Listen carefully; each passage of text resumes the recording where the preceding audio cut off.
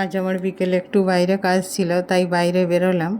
এবার আসার সময় বাড়ির সামনেই তো আমার বাজার, বলেছি বাড়ি থেকে 1 মিনিট দূরে। তো বলি তাহলে একটুখানি আলু আর টমেটো নেওয়ার আছে, একটু নিয়ে নেব। তো এই জন্য দাঁড়ালাম। কিন্তু কি বলেন তো, বাজারে তো আমি খুব কম যাই। আর বাজারে যখন কাঁচা সবজিগুলো একসাথে দেখি মনে হয় যেন সবই একটু করে কিনে নিই। সবজি বাড়িতে সবই আছে, তাই নিলাম না, আর আলু আর টমেটোই নিলাম। কিন্তু সবজিগুলোকে দেখে পুরো লোভ লাগছে, আর টমেটোটা থেকে দেখে আরোই তো ভালো লাগছে। তো বাড়ি চলে এলাম। এবার এসে সন্ধ্যা তো ছেলে দিয়ে দিয়েছিল, আমার একটু দেরি হয়ে গেছে। এই রাতে রান্না শুরু করে দিয়েছি। আজকে আর পুজোর বাসন ধোয়ার সময় হলো না, কারণ অনেকটা দেরি হয়ে গেছে। আর আমাকে কালকের আনাজগুলো আজকে রীতিমতো ছাড়িয়ে রাখতে হবে, কারণ কালকেও ছেলের পরীক্ষা আছে, ও অনেক সকাল বেরোবে। তো এই জন্য এই ঢ্যাঁড়স আলুর তরকারি আর এই রুটি হচ্ছে। এবার রুটি হয়ে খেতে বসে যাব। একটু সকাল না খেলে ছেলে তো সকালে যাবে, ওর আবার খিদে হবে না।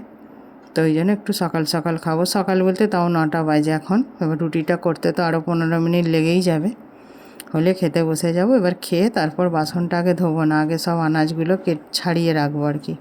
তাহলে সকালে আমি তাড়াতাড়ি কেটে রান্নাটা বসাতে পারবো। তো এই যে তরকারিটা হয়েই এসেছে, আর রুটিটাও আর একবার হলেই হয়ে যাবে। তারপরে আমি মা ছেলে খেয়ে নেবো।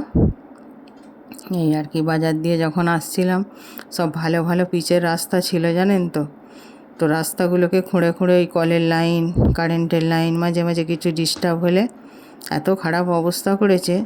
মানুষ যদি ভালো করে দেখে না পা ফেলে, যদি পায়ের তলায় কচা টচা জুতোর তলায় পড়ে না, মুখ থাবড়ি খেয়ে রাস্তার উপর পড়ে যাবে। রাস্তাগুলোর অবস্থা এত খারাপ হয়ে গেছে। তাই ভাবি প্রতি বছরই প্রায় রাস্তা হতো, কিন্তু হচ্ছে কি রাস্তাগুলোর অবস্থা সেই বেহাল হয়ে আছে। আর মাঝে মধ্যে তো একটু আধটু বৃষ্টিও হচ্ছে, তার জন্য কি হয়েছে বলুন তো, রাস্তাগুলোতে জল জমেছে, কাদা হয়েছে। তাতে করে কি গাড়ি ঘোড়াগুলো যাচ্ছে, আবার কিছু মানুষ উল্টে পড়ছেও রাস্তার মধ্যে। এতে তো খুবই ভয়। আর কচাগুলো সব উঠে রাস্তায় শুকনোতে চলে গেছে, মানে গাড়ির প্রেসারে আর কি। এইরকম হয়ে গেছে। আর রাস্তার চারিদিকে মোটামুটি আমি যখন আসছি তখন যেহেতু বিকেল বিকেল হয়ে গেছে, মানে সন্ধ্যার মুখোমুখি, সব সবজি প্রায় বসে গেছে। মানে বিকেল থেকেই তো বসে যায়, সব সবজি বসে গেছে। আর এখন তো বাজারে বেরোলেই পুরো ভর্তি টলি টলি আম দেখা যাচ্ছে। আমটাই বাজারে খুব বেশি, মানে লিচুটা কম আছে একদম। আর অন্য তো ফল যেমন একটা অ্যাভেলেবেল সারা সিজন যেটা পাওয়া যায়, মানে সিজনাল ফলের মধ্যে আম পুরো টলি টলি চারিদিকে নিয়ে বসে আছে। মানে আমাদের এখানটা একটু কি বলেন তো, বেশ আড়তের মতো।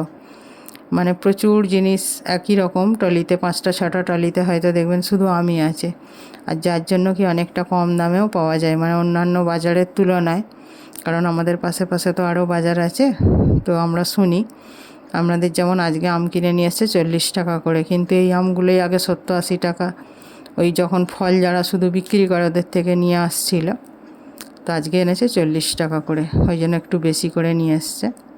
এই রান্না হয়ে গেছে, এবার ছেলে আমি খেতে বসবো। আম তো প্রতিদিনের খাবারে থাকবে। কেটে নিয়েছি। শুভরাত্রি বন্ধুরা, সবাই ভালো থাকবেন।